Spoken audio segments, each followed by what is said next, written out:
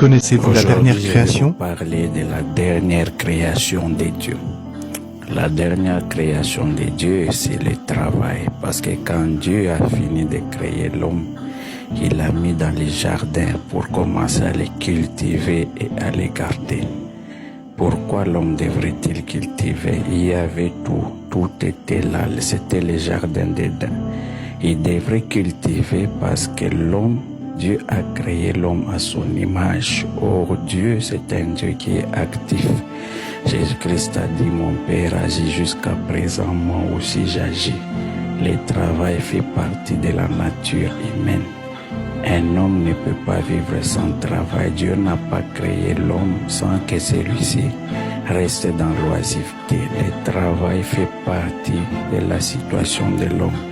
Même quand il a créé Ève, il les a bénis, mais il leur a donné le travail de cultiver. Donc il faudra tout faire pour ne pas rester dans l'oisiveté.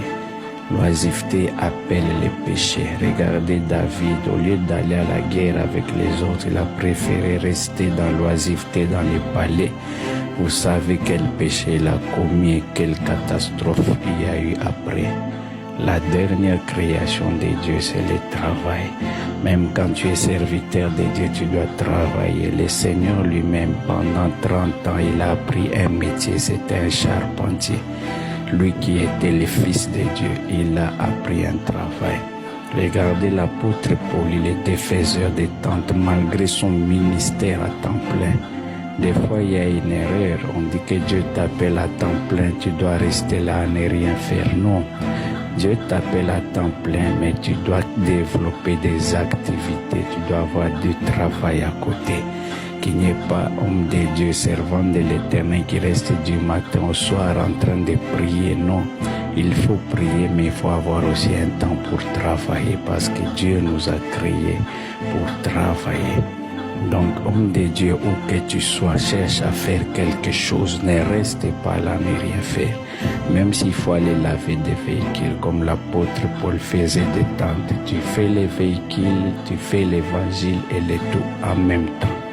Même si tu dois ouvrir un salon de coiffure, même si tu dois commencer à tresser les gens, même si tu dois faire un jardin potager, même si tu dois ouvrir une cabine publique, qu'il n'y ait pas de gens sans travail. Aujourd'hui, ce qui a appauvri l'église, parce que nous avons l'église où on nous apprend l'oisiveté, une église où les gens ne travaillent pas. Dieu a institué le travail comme moyen de bénédiction. Il a dit, il va te bénir à travers l'œuvre de tes mains.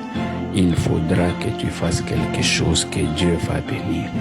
Pendant ces réveils qui viennent, il faudra que les gens se réveillent. Même l'apôtre Pierre, c'était un pécheur.